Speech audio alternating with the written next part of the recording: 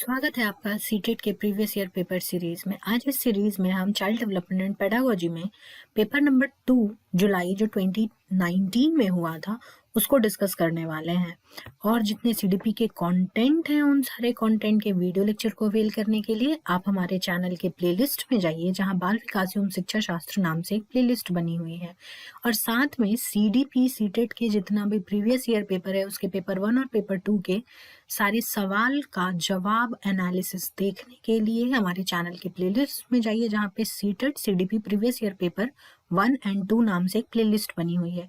Go there and check it out for more question wise solution analysis of CDP CTET paper. जैसे कि हम इस lecture में बात करने वाले हैं पेपर 2 के चाइल्ड डेवलपमेंट पेडागोजी का, जिसमें 30 एमसीक्यूज आते हैं, 30 मार्क्स के, और ये कंपल्सरी सेक्शन है। पहला सवाल हमें कुछ इस तरीके का दे रखा है कि पहला ही सवाल हमें कोलबर्ग के मोरल डेवलपमेंट थियोरी के बारे में दे रखा है, जिसमें डिस्क्रिप्शन में ये दिया है कि राइट एक्शन लिया जा रहा है, कोई सही चीज की जा रही है, जिसमें जो व्यक्ति वो चीज कर रहा है उन्होंने क्या किया है कि अपने हिसाब से, अपने इथिक्स के हिसाब से प्रिंसिपल को चुना है, regardless of law and social agreement. Law क्या कहता है या सोशल अग्रीमेंट क्या कहता है, उसकी बिना परवाह किए हुए उन्होंने बस इस चीज को ध्यान में रखा है कि ह्यूमैनिटी के लिए क्या चीज सही है, और उन्होंने वो काम किया है।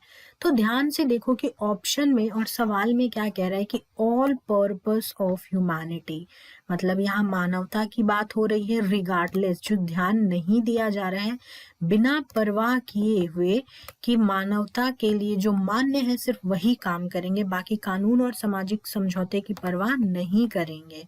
ठीक है, तो जब नहीं कर रहे हैं तो क्या कर रहे हैं, हम एक यूनिवर्सल इथिकल प्रिंसिपल ओरिएंटेशन के मोरालिटी में पहुंच गए हैं, जहां पे हमारा नैतिक सिद्धांत हमारे अपने समझ से सेल्फ चूजन एथिकल प्रिंसिपल है, जो हमारा कॉन्साइंस बोल रहा है, जिस तरीके से स्वयं चुने हुए नैतिक सिद्धांत के द्वारा परिभाषित किया गया है, और हमें पता है कि ये मानवता के लिए मान्य भी है, तो हमने वो काम किया है। तो that is universal ethical principle orientation level. Moving to the next question, one of the major accomplishments of concrete operational stage. देखिए, कंक्रीट ऑपरेशनल स्टेज के बारे में बात हो रही है, यानी कि यहाँ पे पियाजे के बारे में बात हो रही है, राइट, कि पियाजे की थ्योरी हम डिस्कस कर रहे हैं।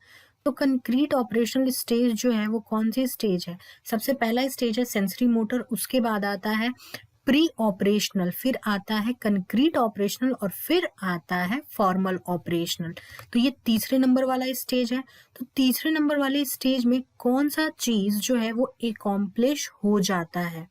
तो दैट इज की एबिलिटी टू कंजर्व करने की एबिलिटी आ जाती है। अगला सवाल हमें देखिए रचनावादी सिद्धांत के अनुसार दे रखा है। जैसे कि रचनावादी, दो इंपॉर्टेंट रचनावादी हमने जो सीटेट में देख रखा है, पूछता है जहां से, वो है लेव वाइगॉट्स्की and gene पियाजे।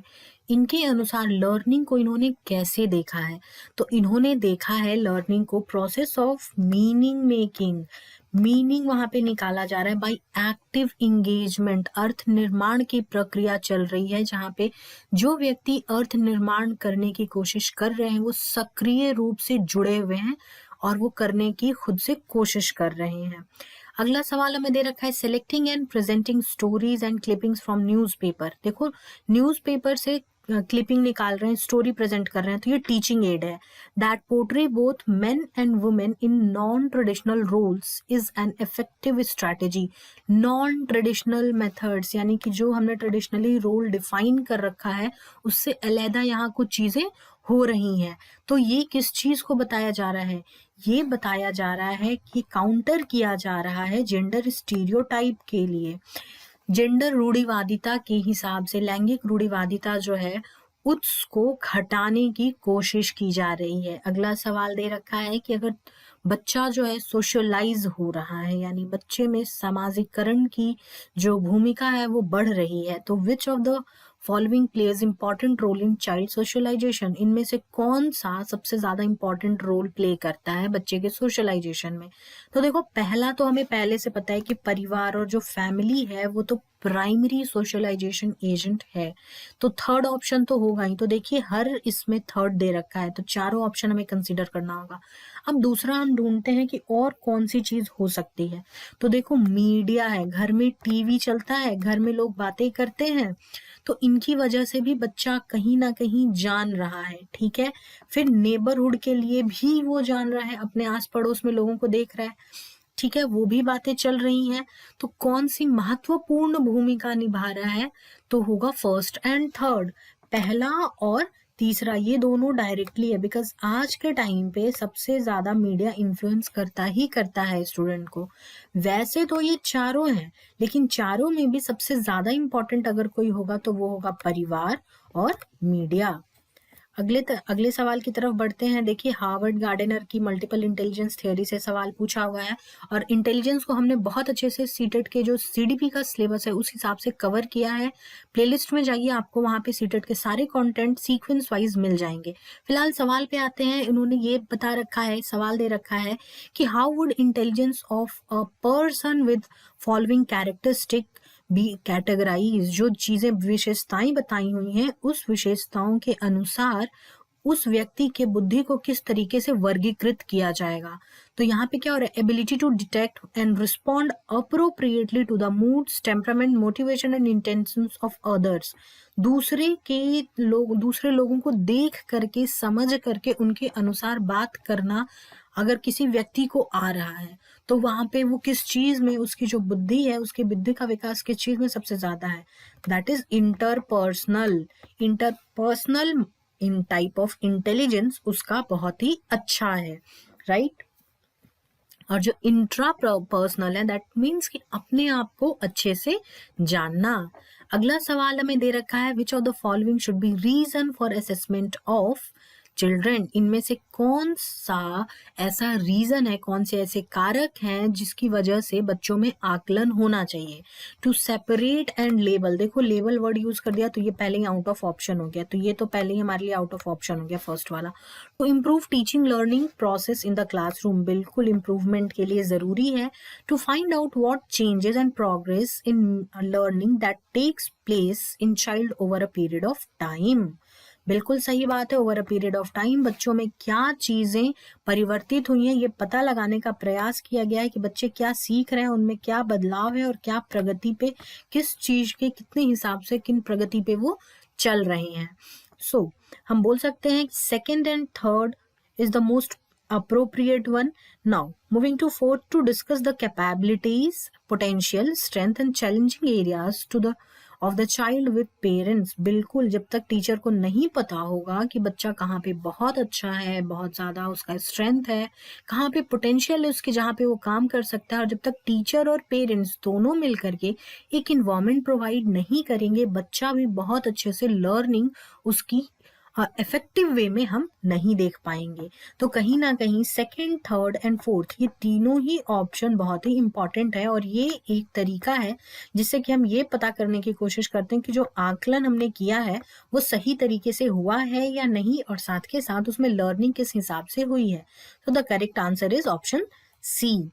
Now moving to the next question, which of the following is central to the concept of progressive education। प्रगतिशील शिक्षा में जो central concept है वो क्या है, तो वो ये है कि जो बिलीफ सिस्टम है एक टीचर का वो ये होना चाहिए कि हर बच्चा कैपेबल है और हर बच्चे में क्षमता है, और उस क्षमता में वो विश्वास रखते हैं और अपनी कक्षा को उसी अनुसार प्लान करते हैं और आगे लेके जाते हैं कि हर बच्चा बढ़ चढ़ के हिस्सा ले और अपने आप अपना नॉलेज खुद से कंस्ट्रक्ट कर पाए। अगले सवाल की तरफ बढ़ते हैं। देखिए इंडिविजुअल डिफरेंसेस से सवाल है, ये प्रिंसिपल ऑफ डेवलपमेंट है, जहां पे जिस लेक्चर में हमने बात की है issues and principle of development, वहां पे बहुत अच्छे तरीके से इंडिविजुअल डिफरेंस को कवर किया हुआ है। जाइए, आपको सीटेट के जो सीडीपी प्लेलिस्ट है उसमें मिल जाएगा। सवाल की तरफ आते हैं। To understand individual difference in development it is important, जरूरी और महत्वपूर्ण चीज क्या है, it to look at the inherited characteristic, जो वो विशेषताओं को हम देखें जो व्यक्ति में जीवन के शुरुआत से उनमें मौजूद हैं। तो ये होगा क्या कभी भी, इंडिविजुअल डिफरेंस की हम बात कर रहे हैं, और वो भी सिर्फ जो इनहेरिटेड है। तो सिर्फ इनहेरिटेड की वजह से तो कोई चीज होता नहीं है, सिर्फ नेचर तो होता नहीं है। और यहाँ पे देखो इन्वायरमेंटल फैक्टर, तो सिर्फ नर्चर भी नहीं होता है, सिर्फ दोनों तो बिल्कुल होगा नहीं। फिर to consider maturation of body and brain, बिल्कुल ये होता है, लेकिन बॉडी एंड ब्रेन हर किसी का मैच्योर अलग तरीके से होता है और अलग तरीके की समझ विकसित होती है, लेकिन मोर और लेस एक जैसे ही रहते हैं वो। हम ये नहीं कह सकते हैं कि 18 साल के बच्चे में क्या है क्या नहीं है। ओवरऑल हम ये मान के चलते हैं कि 18 साल का कोई भी व्यक्ति है या 26 साल का है या 5 साल का है, तो उनकी समझ ओवरऑल कैसी होनी चाहिए। तो हम सिर्फ मैच्योरेशन को कंसीडर नहीं कर सकते। और देखिए यहाँ मैच्योरेशन ऑफ बॉडी लिखा हुआ है, तो समथिंग यू कांट कंट्रोल, मोर और लेस या एवरीथिंग जो भी चल रहा है उसको आपको एक्सेप्ट करना ही है। तो ये कहीं ना कहीं बायोलॉजी की तरफ इशारा करता है, इनहेरिटेंस की तरफ इशारा करता है, नेचर की तरफ इशारा करता है। तो this is also not appropriate. Option D देखिए, यहाँ पे दोनों चीजों को कंसीडर किया जाता है, जो विरासत में मिली विशेषताएं हैं, साथ के साथ जो पर्यावरण के कारकों के साथ और उनके साथ परस्पर क्रिया करने की वजह से जो चीजें डेवलप हुई हैं, that is cause of individual difference, उसी की वजह से इंडिविजुअल डिफरेंस आता है। अगला सवाल हमें दे रखा है अगेन प्रिंसिपल ऑफ डेवलपमेंट से, कि विच of the following is not a principle of development, इनमें से कौन सा विकास का सिद्धांत नहीं है। Individual develop at different rate, yes exactly, तभी तो हमने इंडिविजुअल डिफरेंस की बात की, तो ये बिल्कुल सही बात है। Development is relatively order, yes orderly manner में होता है वो। Development takes place gradually over a period of time, exactly ये ग्रेजुअली भी होता है। Exact course and nature of development is determine, no not at all, हम एग्जैक्ट कोर्स और nature of development predetermine नहीं कर सकते हैं कि वो व्यक्ति किस तरीके से डेवलप होगा। अगला सवाल हमें दे रखा है, several research study shows that teacher have more overall interaction with boys than girls, लड़कों से टीचर्स ज्यादा इंटरेक्ट करते हैं, लड़कियों से कम करते हैं। What is the correct explanation for this, इसके लिए सही व्याख्या क्या है। तो boys have much more academic capabilities than girls, ये कहना बिल्कुल गलत है, बिकॉज हमारे पास गर्ल्स की बहुत सारे एग्जाम्पल्स हैं कि इस जेंडर ने भी बहुत अच्छा खासा एकेडमिक कैपेबिलिटीज हासिल किया है और अलग अलग जगह पे विद्यमान रही हैं और हो रही हैं और आगे फ्यूचर में और भी होंगी। Boys need more attention than girls, no not at all, both need equal attention. In fact जिन बच्चों को अटेंशन की जरूरत होती है वो बच्चे हमें पता चल जाते हैं। कुछ बच्चे धीरे थोड़ा सा उनको हेल्प कर दो वो अपना काम कर लेते हैं, लेकिन कुछ बच्चों को बहुत ज्यादा अटेंशन की जरूरत होती है, and that has nothing to do with gender, gender से उसका कोई लेना देना ही नहीं है। Boys are easier to manage than girls, no ये भी कहना गलत है कि बॉयज और गर्ल्स में कौन सा इजीली मैनेज हो जाता है। It's just the way you want to manage them. As teachers you have some kind of authority and power in the classroom, और आप जिस तरीके से चाहोगे अपनी क्लास को डायरेक्ट कर सकते हो, थोड़ा थोड़ा थोड़ा थोड़ा बढ़ा करके। तो ये हम नहीं कह सकते हैं कि कोई एक जेंडर बहुत ही इजीली मैनेज किया जा सकता है। So C is the correct answer for this. This is example of gender biases in teaching. ये लैंगिक पूर्वाग्रह के बारे में बताता है कि पहले से हमने दिमाग में कुछ अवधारणाएं बना रखी हैं और हम उसी हिसाब से क्लास में जाते हैं और उसी हिसाब से काम करते हैं। अगला सवाल दे रखा है, the ability to come up with original and divergent solution. देखो ओरिजिनल है यानी कुछ चीजें हैं जहां पे कॉपी नहीं की हुई है, अपना है, डाइवर्जेंट सॉल्यूशन है, बहुत ज्यादा भिन्न तरीके से सोच रखते हैं। तो ये वाले कौन से बच्चे होते हैं, तो ये बच्चे होते हैं क्रिएटिव चिल्ड्रन, रचनात्मक बच्चे जो अपने हिसाब से चीजें करते हैं और अलग अलग तरीके का सोल्यूशन प्रोवाइड करते हैं। अगला सवाल देखिए, इंक्लूजन से दे रखा है। इंक्लूजन से 5 नंबर का सवाल जरूरी है, महत्वपूर्ण तरीके से पूछा जाता है सीटेट में। सीडीपी के कंटेंट वाले प्लेलिस्ट में आप जाइए, इंक्लूजन के 2 बने हुए हैं आपको लेक्चर्स, उनको चेक कीजिए। आपके 5 नंबर के सवाल श्योर शॉर्ट बन जाने वाले हैं एग्जाम में। नेक्स्ट सवाल पे आते हैं, what instructional adaptation should a teacher make while working with students who are visually challenged. शिक्षक क्या निर्देश देना चाहिए उन बच्चों को, उन लर्नर्स को पढ़ाते समय, उन छात्रों को जो दृष्टि बाधित हैं, जो थोड़े से विजुअली चैलेंज हैं, जिनको प्रॉब्लम हो रही है। Use variety of visual presentations, बिल्कुल नहीं, वो देख नहीं सकते हैं, दृष्टि बाधित है। तो प्रेजेंटेशंस बना करके फिर बच्चे को हम इनडायरेक्टली ये बताएंगे कि yes you are lagging behind something. फिर focus on written variety of written task. Yes, it is also wrong कि रिटन टास्क हमने दे दिया है करने के लिए, तो बच्चा करेगा कैसे। Orient herself so that student can watch her closely, not at all. जहां पे भी वॉचिंग से रिलेटेड काम आ रहा है वो बिल्कुल भी नहीं होगा। लेकिन अब ऑप्शन 1 में देखिए, स्पीक क्लियरली, हम अच्छे से बोल रहे हैं। हमने क्या किया कि उनके जो सुनने की क्षमता है उसको टारगेट करना शुरू किया और टच और फील करके मटेरियल को बताना शुरू किया। जो ब्रेल में किया जाता है वो टच करके फील करते हैं और पढ़ते हैं। तो this is how teacher should cater the needs of visually challenged learners। अगला सवाल कोऑपरेटिव लर्निंग से दे रखा है कि cooperative learning and peer tutoring in an inclusive classroom should be actively promoted। बहुत ही ज्यादा एक्टिवली प्रमोट करने की जरूरत होती है, बिकॉज बच्चे अपने आप से एक दूसरे से बहुत ज्यादा सीखते हैं। तो उस चीज को इंक्लूड करने की बहुत ज्यादा जरूरत होती है एक समावेशी कक्षा में। इससे क्या होता है कि बच्चे एक दूसरे के प्रति सिंपैथी नहीं, एम्पैथी जैसी बहुत अच्छी अच्छी चीजें बच्चों में डेवलप होनी शुरू हो जाती है। नेक्स्ट सवाल हमें दे रखा है अगेन इंक्लूसिव क्लासरूम से कि विच one of the following is most important in an inclusive classroom. समावेशी कक्षा में कौन सा सबसे ज्यादा महत्वपूर्ण अंग है जो होना चाहिए। तो दैट इज हमने यूनिफॉर्म इंस्ट्रक्शन दिया, नहीं हम हर किसी को एक जैसे लेके नहीं चल सकते, स्टैंडर्डाइज भी हम बिल्कुल नहीं कर सकते हैं। कॉम्पिटिटिव लर्निंग तो हम बिल्कुल कोशिश ही नहीं करते हैं कि हम कॉम्पिटिटिव लर्निंग को प्रमोट करें, because cooperative learning is more fruitful than competitive learning. And last option is correct option, that is व्यक्तिगत शिक्षा योजना। जब योजनाएं हमने अपनी बनाई है, लेसन प्लान्स बनाया है, तो बच्चों को और बच्चों के नेचर को ध्यान में रख करके तब प्लान किया है, तो that class bears more fruitful result. आप भी अपने आप में चेंजेस लाइए। डेली वाइट्स के साथ सीटेट के मॉक पेपर अवेलेबल हैं www.dailybites.in पर। Go there and boost your performance a level up with Daily Bites. अगला सवाल हमें दे रखा है which one of the following is correctly matched pair of learners and their primary characteristics. कौन सा सही दिया हुआ है। तो देखो, हियरिंग इम्पेयर्ड लर्नर्स हैं, राइट, तो can not comprehend visual information, उनको तो दिखता नहीं, सॉरी उनको सुनने में प्रॉब्लम हो रही है, तो ये विजुअल इंफॉर्मेशन से क्या होगा, वो तो कॉम्प्रिहेंड कर पाएंगे, तो ये तो गलत दे रखा है। Creative learners are hyperactive, slow in completing task work. No, they are hyperactive but they are fast, comparatively वो फास्ट होते हैं। Attention deficit learners, high motivation, they can sustain attention for long period of time। तभी तो हम उन्हें attention deficit बोल रहे हैं, क्योंकि वो अटेंशन बहुत देर तक नहीं रख पाते हैं, उनका अटेंशन बहुत ही जल्दी इधर उधर भंग हो जाता है। And option D is about dyslexia, जिसमें लर्नर को रीडिंग और राइटिंग की फ्लुएंसी में प्रॉब्लम होती है। डिसलेक्सिक चाइल्ड को पढ़ने और लिखने के प्रवाह में कमी आ जाती है। So this is the correct option.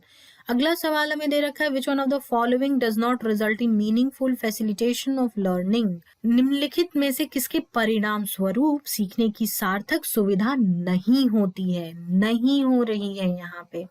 तो यहाँ पे क्या होगा, ऑप्शन डी से पढ़ना शुरू करते हैं। Encouraging multiple ways to looking at problem, तो यहाँ पे तो बिल्कुल होगी, क्योंकि एक ही प्रॉब्लम को हम अलग अलग तरीके से एनालाइज करने की कोशिश कर रहे हैं।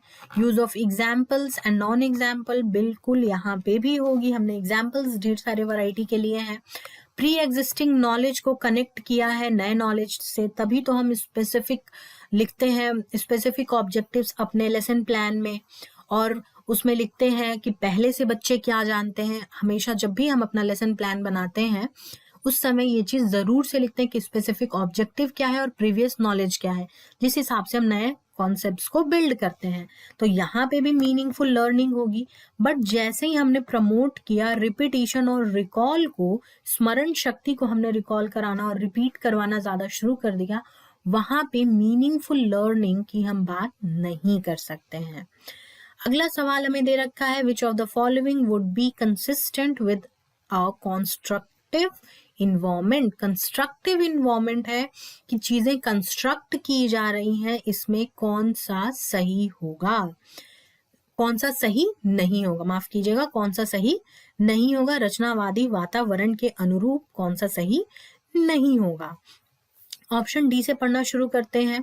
Teacher employees specific end of term assessment strategies giving feedback on products rather than process. बिल्कुल भी नहीं, सिर्फ हम प्रोडक्ट के ऊपर यानी एंड रिजल्ट हमें क्या मिला है सिर्फ उसके ऊपर हम बार बार बच्चों का ध्यान नहीं लेके जाते हैं, बल्कि हम इस चीज पे भी ध्यान देते हैं कि बच्चे ने सीखा कैसे है। Teacher elicit students ideas and experiences in relationships to key points and plan teaching learning elaborate and restructure their current knowledge। ये भी सही है कि ये होना ही चाहिए, बिल्कुल सही बात है। Student work collaboratively, exactly, they work collaboratively in constructivist environment। Students are given frequent opportunities, correct। यहाँ पे भी बच्चों को बहुत सारे अपॉर्चुनिटीज दी जाती हैं जहाँ पे वो कॉम्प्लेक्स टाइप की meaningful learning problem based activities problem solve करके सीख सकें। तो जो कंसिस्टेंट नहीं रहा वो कौन सा था, that is option D. So option D is the correct answer, जो इस चीज में कंसिस्टेंट नहीं है। अगले सवाल की तरफ बढ़ते हैं। A teacher should encourage students to set rather than. Set क्या करने के लिए टीचर को बोलना चाहिए, कि टीचर को ये बोलना चाहिए कभी भी कि अपने लर्निंग गोल्स को सेट करो, परफॉर्मेंस गोल अपने आप सही हो जाएगा, राइट। अगले सवाल की तरफ बढ़ते हैं। Which of the following are examples of effective learning strategies. Effective learning strategies यानी प्रभावी शिक्षण रणनीतियों के उदाहरण क्या हैं। Explaining to peer, yes, peer tutoring, thinking of example and non example, exactly, ये भी होगा। Making organisational charts and concept map, बिल्कुल सही बात है, कॉन्सेप्ट मैप बनाने से भी हो सकता है। और इफेक्टिव लर्निंग होगी तो देखो 2, 3, 4 ये तो बहुत ही सही तरीके से दिया हुआ है, तो ये होगा ही होगा, ठीक है।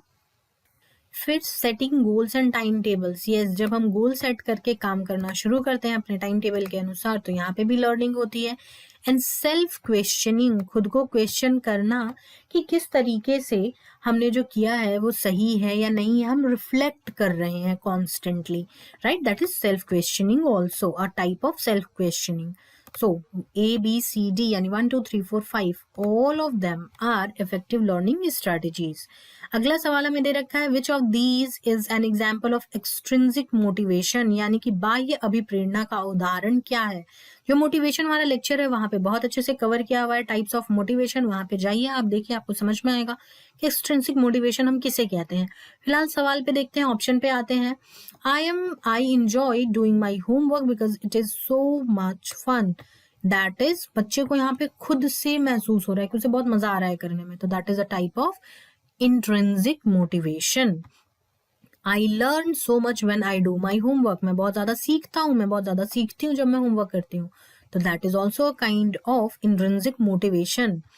Doing homework makes me understand my concept better, yes, यहाँ पे भी इंट्रिंसिक मोटिवेशन है, बच्चा खुद से मोटिवेटेड है कि मैं अगर होमवर्क करूंगा या मैं होमवर्क करूंगी तो मुझे सवाल बेहतर तरीके से और जो कॉन्सेप्ट्स हैं बेहतर ढंग से समझ में आएंगे।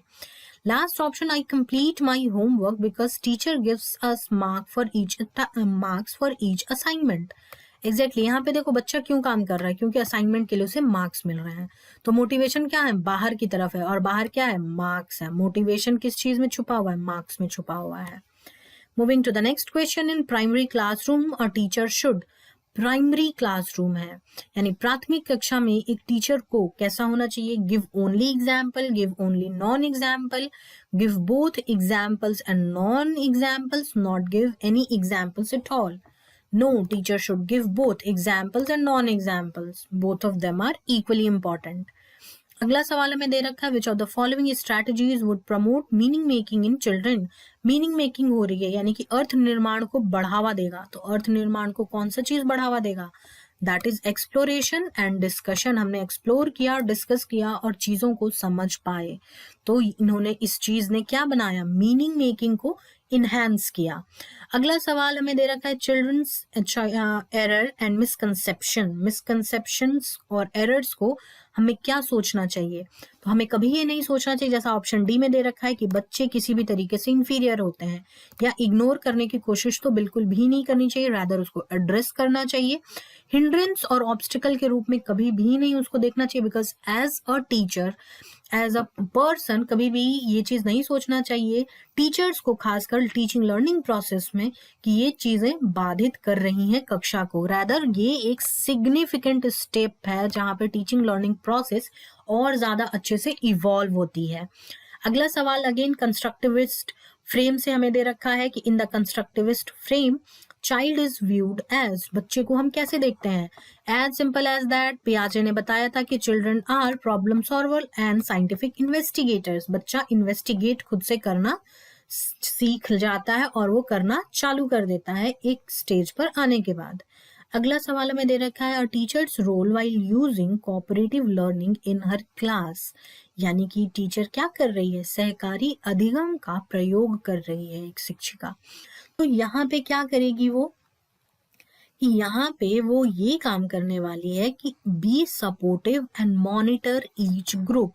बच्चे को वो सारी चीजें देखेगी और मॉनिटर करेगी हर ग्रुप को, ठीक है। साइलेंट स्पेक्टेटर बन के चिल्ड्रन को हर बार जो वो करना चाहते हैं वो करने नहीं दे सकते हैं, वरना वहां पे क्लास को यहाँ वहां मुख्य दर्शक बने रहने की वजह से बच्चे इधर उधर करने का काम कोशिश कर सकते हैं। और जो मीनिंग चाहिए, पर्टिकुलरली जो मीनिंग चाहिए कि उस एक एक्टिविटी में कोऑपरेटिव लर्निंग उन्होंने क्यों इंट्रोड्यूस किया है, वो नहीं आएगा। तो टीचर को कैसा होना चाहिए, सपोर्टिव होना चाहिए, और हर ग्रुप को जो उन्होंने ग्रुप बनाया है उसको चेक करते रहना चाहिए।